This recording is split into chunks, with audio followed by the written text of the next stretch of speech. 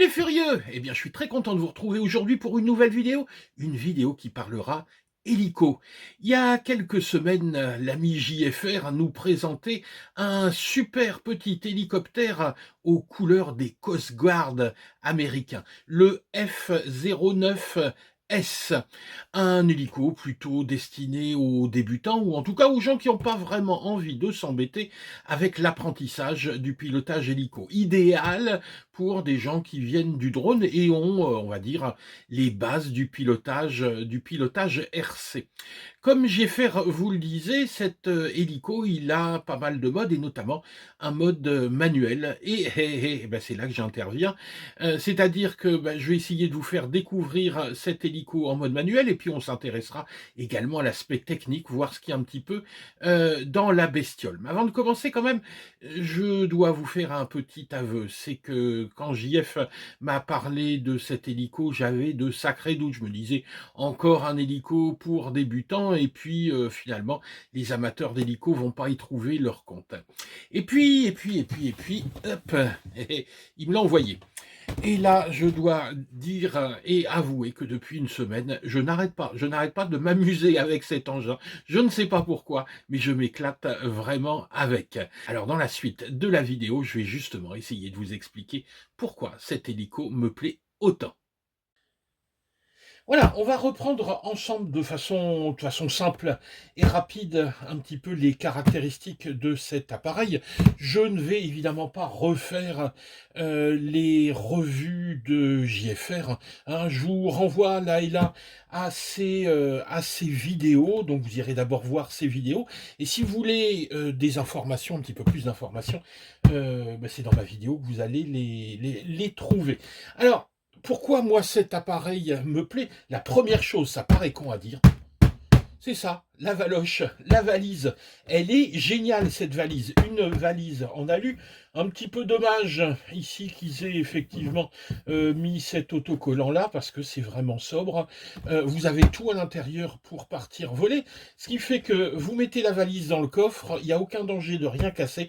Vous sortez la valise, il y a tout dedans, vous vous amusez, vous remettez, vous rangez pour partir en vacances. Ça, c'est nickel. D'ailleurs, je pense que je vais l'emmener en vacances la semaine prochaine. Alors, ce qui est à l'intérieur, vous l'avez déjà vu, c'est pareil, hein, je ne vais pas revenir dessus. Le manuel, les chargeurs, etc. Moi, je vais juste m'intéresser à l'appareil et peut-être à quelques fonctions de la radio.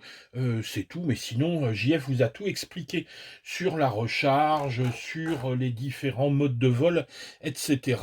Nous, on va juste regarder un petit peu l'aspect technique des choses. Voilà, donc je vous ai sorti ici l'essentiel, à savoir l'hélico, une batterie et la radio. Alors, première chose, le premier contact qu'on a avec cet hélico, c'est évidemment l'effet waouh. Il est juste magnifique. Moi, je l'ai emmené au club 2 fois. Je l'ai fait voler en extérieur et je l'ai fait voler en indoor. Et à chaque fois, les gars qui étaient là étaient vraiment sous le charme. Je ne sais pas si c'est vraiment bien rendu à l'écran, mais en vrai, il est juste magnifique. La taille est pas mal, même si moi perso je l'aurais aimé un tout petit peu plus grand, mais en fait ça évite de trop se faire peur. On se sent bien à l'aise en pilotage avec cette taille-là. Dès que vous avez des hélicos un petit peu plus grands, hein, quand on rentre dans des classes 450, etc., avec des pales qui commencent à atteindre 80-90 cm, ça commence à être un petit peu impressionnant et surtout beaucoup plus dangereux. Donc là, on est vraiment à la limite de ce qui est raisonnable pour débuter sérieusement dans l'hélico. Je le redis ici, sérieusement, parce qu'on n'est pas du tout dans le jouet. Vous allez voir tout à l'heure, quand on va parler un petit peu de la conception, ça n'a rien d'un jouet. C'est pas un jouet à 30 balles, c'est vraiment un vrai hélicoptère. Alors, c'est une maquette. Ce qui fait, moi j'aurais tendance à dire, ce qui fait son charme, fait également son principal défaut. Pourquoi? parce qu'à la moindre casse, qu'est-ce qui va se passer? Ben, vous allez devoir le démonter. Alors je me suis projeté un petit peu, dans la possibilité d'une casse et j'ai regardé un peu, comment faire pour le démonter.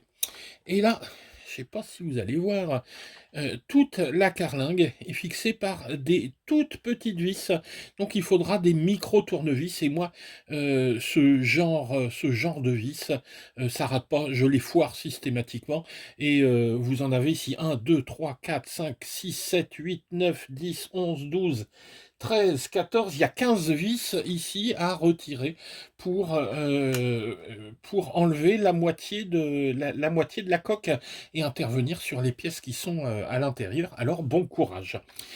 Si vous allez me dire, bah, ça va peut-être motiver à pas casser. Eh ben, c'est le maître mot de cet hélico. Ils ont conçu cet hélico vraiment pour qu'il ne casse pas. Moi, j'étais épaté en le mettant en vol. Tout est fait pour vous sécuriser et surtout faire que vous soyez prudent. Alors je dirais pas que c'est impossible, qu'il est impossible à cracher, hein, j'ai même vécu une petite expérience où j'ai moi-même failli le cracher, mais vraiment on est dans des conditions de sécurité. Si vous avez peur de décollage automatique, d'atterrissage automatique, de retour avec le RTH, il y a vraiment aucun souci. Et ensuite quand on va passer en mode manuel, et ben il se pilote vraiment très, très gentiment. N'espérez quand même pas faire de la 3D avec ce type de machine. Bon, déjà, c'est complètement con, hein. Aller faire de la 3D avec un appareil maquette, on n'a jamais vu ce genre de truc voler la tête en bas. Même si JF vous l'a montré, il y a une petite fonction secrète pour le faire voler à l'envers. Donc ça, vous ne pourrez pas.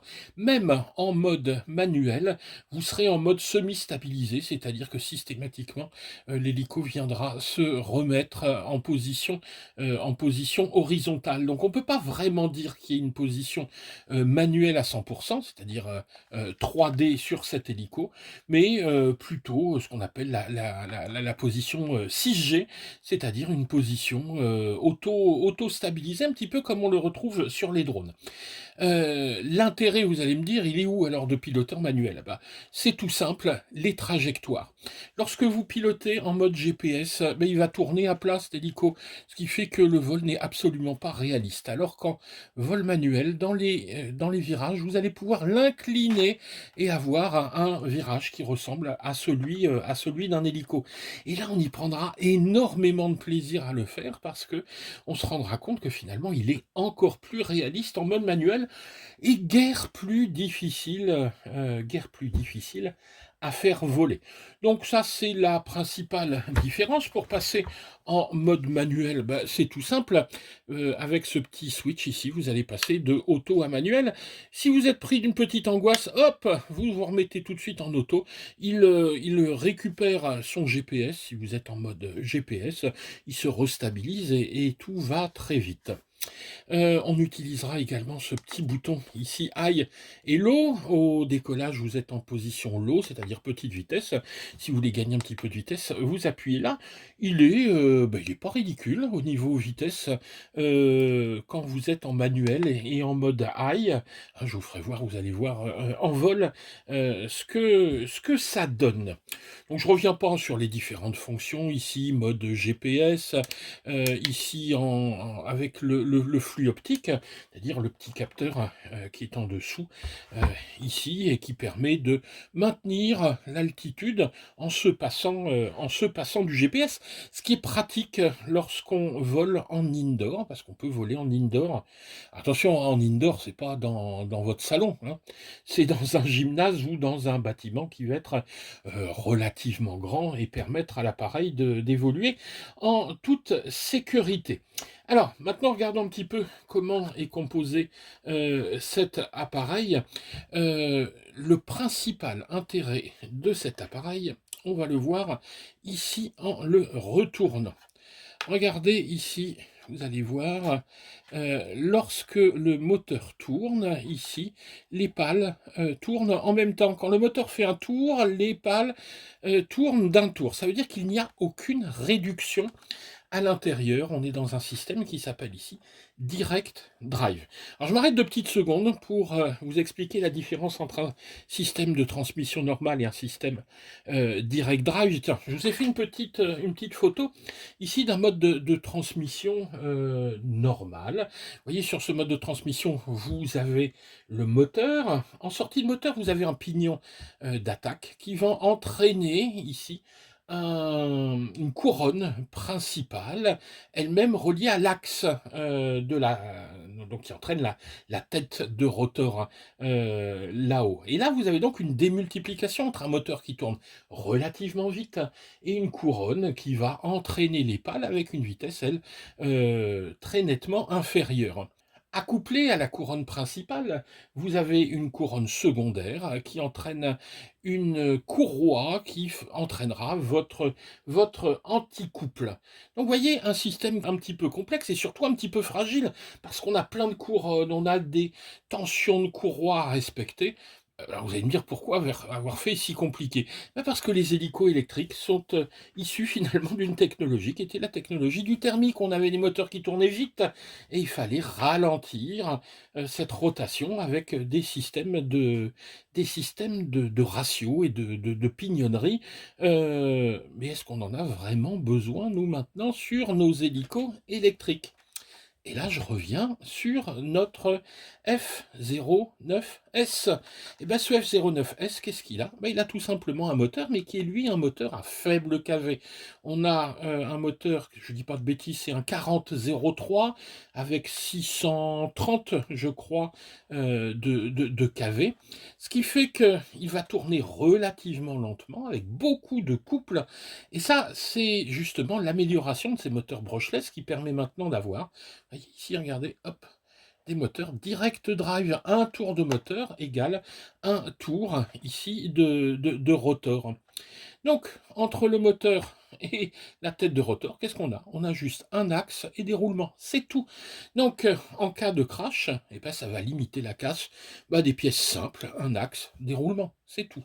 Au pire, vous allez bousiller le moteur, mais vous n'aurez pas à changer tout ce qui sera couronne, principale, secondaire, les courroies qui, au moindre choc, elles, évidemment, dégagées. Là, on a quelque chose qui va être évidemment beaucoup plus solide. Donc ça, c'est le premier point. Ensuite, on n'a pas de courroie ici pour entraîner l'anticouple. L'anticouple, ici, vous voyez, hop, je vais se mettre là. L'anticouple, c'est tout simplement un moteur, un petit moteur brushless, ici qui est un 1104 ou 1004, non, je regarde, un 1104, avec un kV relativement élevé de 5200, parce que bien évidemment, l'hélice d'anticouple, elle tourne à toute vitesse. Donc vous voyez que ces petits moteurs brushless répondent bien aux besoins qu'on a sur ce type d'hélicoptère. Une vitesse lente et du couple pour le rotor, une vitesse rapide et peu de couple, et beaucoup de réactivité pour l'anticouple. Donc vraiment, ça va dans le sens de la simplification mécanique.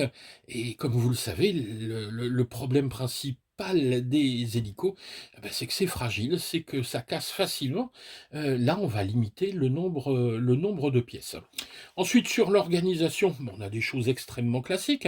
Ici, on a une tête de rotor qui est métallique. Alors là, on a l'impression qu'elle est plastique, mais elle est métallique. Vous voyez, tête de rotor métallique. Le plateau cyclique qui est en partie métallique, en partie plastique. Et le reste est plastique et servira souvent de fusible de sécurité. Alors on peut s'angoisser un petit peu de se dire, bah oui, mais si je crache, est-ce que je vais réussir à changer tout ça? Eh ben c'est pas simple, hein, non, non, effectivement, c'est pas simple, mais ça reste du mécano, et surtout, toutes les pièces de cet appareil sont disponibles. Alors là, je vous ai mis quelques photos de celle-là, mais on a la coque hein, elle va être disponible. Les trains d'atterrissage, ils vont être disponibles. Les petits phares, les batteries, les pales, tous les renvois, les biellettes, etc., sont disponibles. On peut, d'après ce que j'ai vu, quasiment reconstruire un hélicoptère entier. Et ça, c'est hyper important lorsqu'on fait de l'hélico, être certain de trouver la moindre petite pièce, parce que c'est toujours celle-là, évidemment, qui lâche. Alors c'est rigolo, même hein, dans les pièces détachées, vous retrouvez le petit phare qui est ici, vous trouvez le petit module ici pour le maintien optique de l'altitude, vous retrouvez le module GPS. Et puis surtout, parce que ça aussi il faut en parler, dans la conception, on a la conception d'un hélico vraiment un peu particulière, un peu calquée sur un drone. C'est-à-dire qu'on a à l'intérieur une carte de vol, accouplée évidemment à un GPS, et cette carte de vol va aller contrôler les cerveaux. Alors les cerveaux, je sais pas trop. Non, on risque de pas les voir. Alors je suis désolé, hein, je les ai pas. J'ai pas ouvert la carlingue parce que si je casse quelque chose, hein, JF va évidemment pas être très très content. Tiens, les cerveaux, je les ai en photo. C'est du 5,3 grammes avec pignon métallique. Donc vous voyez, c'est vraiment c'est de la bonne camelote. Alors, c'est vrai que quand on fait le compte de tout ça, on arrive à une somme de 500 € pour un hélico de super qualité, un hélico qui a des qualités de vol qui sont indéniables, une radio, ben voilà, vous n'avez rien à rajouter, vous n'avez surtout rien à régler. Parce que ça aussi, c'est le gros souci quand on fait de l'hélico, c'est de devoir régler son appareil. Moi, de l'hélico, j'en fais depuis 3 ans. Je sais toujours pas régler un hélico correctement, hein. Je pars sur des bases de réglage de gars qui l'ont déjà fait avant moi. Je suis un peu un copieur hein, en termes d'hélico. Alors là, ce qui est sympa, ben, c'est que vous sortez le truc de sa boîte, vous mettez la batterie, clac, ici, hein, il y en a deux, et puis vous volez. C'est ultra, mais vraiment ultra simple. En plus, si vous êtes modéliste et que vous avez l'habitude des gaz à droite, hein, vous pouvez passer, ici on est en mode 2 avec gaz à gauche, mais rien qu'avec le petit bouton mode, hein, vous pouvez inverser, passer en mode 1, parce que je sais, moi j'ai pas mal de copains qui pilotent en mode 1 et puis qui désespèrent un petit peu, parce que toutes ces chinoiseries peuvent pas les acheter, parce que souvent c'est en mode 2, et puis ils n'ont pas envie de s'enquiquiner. Là, il n'y a qu'un bouton hein, pour passer de l'un à l'autre. Une autre petite chose également, alors que j'aime beaucoup là-dessus, c'est les petits accessoires qu'on peut mettre sur la batterie. Ici, regardez, on a un petit accessoire, alors qui se démonte, vous voyez, ça vient, hop, juste s'enclencher sur un petit taquet ici, et puis on peut, hop, l'enlever. Ça, c'est un petit phare d'approche qui est vraiment du meilleur effet. Donc, vous voyez que ça prend, hop, 2 secondes, et puis, hop là, hein, il dépote, hein, voilà. Et puis, le petit gadget hein, que vous avez montré, JF, c'est bien évidemment la petite caméra FPV. Est-ce qu'on peut piloter avec les lunettes? Je vais tester, hein, j'ai pas encore testé, parce que je me suis tellement amusé avec que j'ai pas encore testé le FPV. Je testerai ça, puis on va voir un petit peu ce que ça donne. Mais JF vous avez montré sur un écran de contrôle, l'image a l'air pas trop mal. Bon, j'irai pas très loin, on va voir un petit peu, et puis bon, je me mettrai en mode stabilisé, donc il y aura pas de souci. Honnêtement, le FPV sur des hélicos, je suis pas fan à cause on a des espèces de vibrations. C'est jamais super super hein, les résultats. On n'a pas la stabilité qu'on a sur des drones avec un hélico, et les résultats sont jamais extraordinaires, hein. Si vous voulez faire de la prise de vue, mettez une petite caméra dessus, il va l'emporter. Là, c'est juste, bon voilà, pour avoir le plaisir de se promener et puis de s'y croire un petit peu. Mais bon, ça remplacera jamais un drone. C'est un petit peu gadget, mais c'est vraiment sympa, sympa comme idée. Voilà, je pense qu'on a à peu près fait le tour. Ah oui, un petit défaut. Alors ça, je sais pas pourquoi. Ils ont pas collé les pneus. On passe notre temps à les rechercher dans la boîte.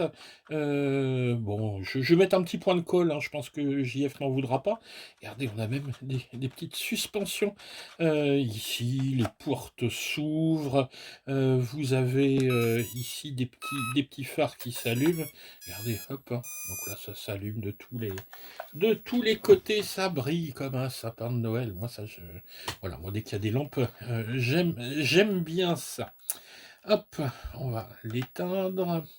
Alors, il faut faire attention, hein, pour l'allumer ou l'éteindre, à bien laisser son doigt dessus. Sinon, bah, quand vous relâchez, c'est pas allumé. Voilà, donc pour l'aspect technique des choses. Si vous avez des questions, hein, là-dessus, n'hésitez pas. Je vous mets toujours mon adresse en dessous. Je vous rappelle que cet hélico, vous pouvez le trouver chez notre partenaire RC Going. Donc dans sa version complète, avec une, deux ou trois batteries, avec ou sans le module FPV, vraiment, vous choisissez tout ce que vous voulez. Vous pouvez y aller les yeux fermés, hein, chez RC Going. Souvent, on nous demande est-ce que c'est une boîte sérieuse. Ça, on vous l'a garantit.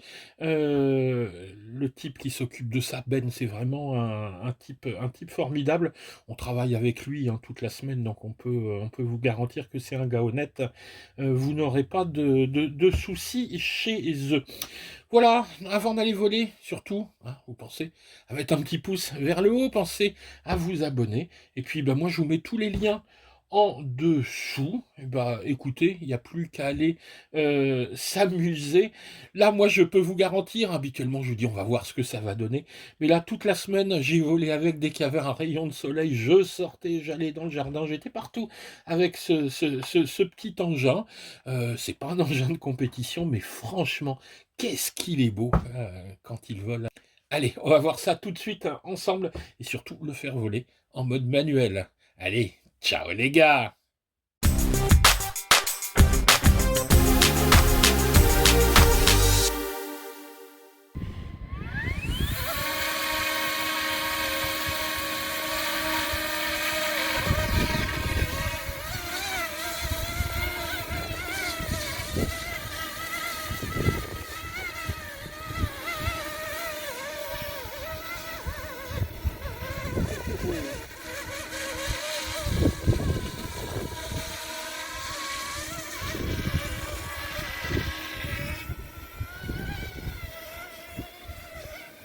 Pas de témérité, hein.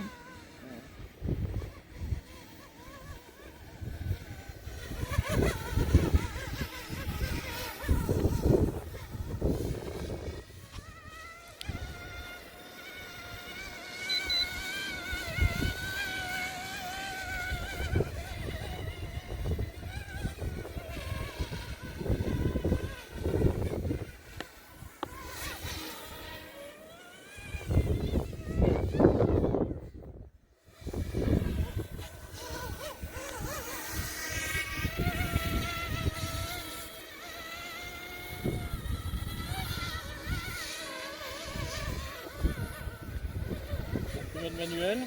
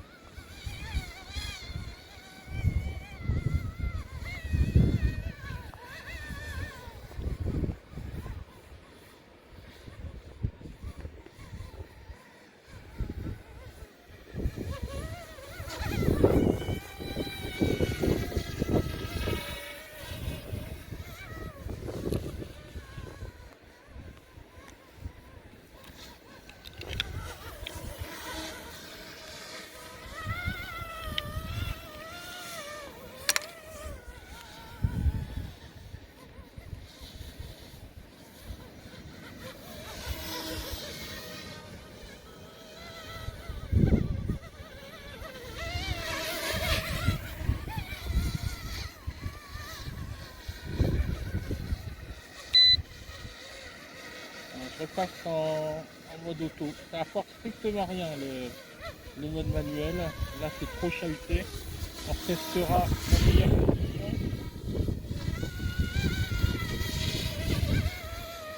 Ah, par contre, il est impressionnant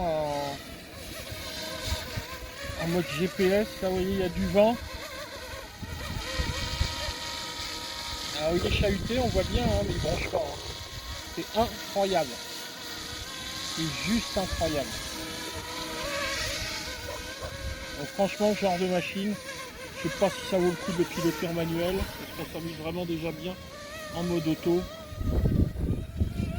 Alors je retesterai ailleurs sans perturbation en mode manuel.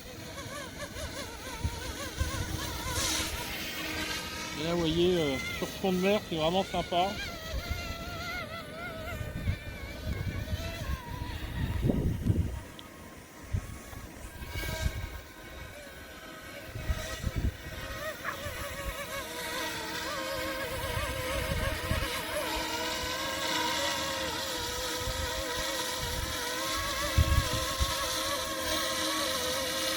Alors là, on s'y croit, hein. On va aller sauver, des gens en difficulté en mer. On y croit carrément. Hein. On va sauver Pamela. On va sauver Pamela, oui.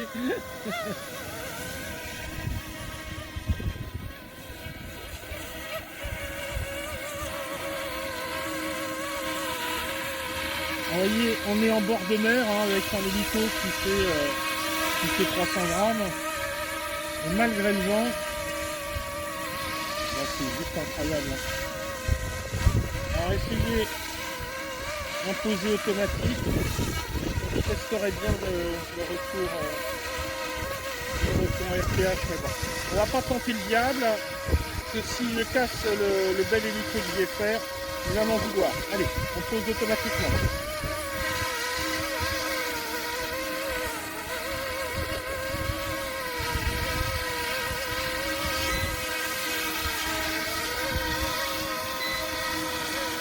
Il ne peut pas se poser automatiquement.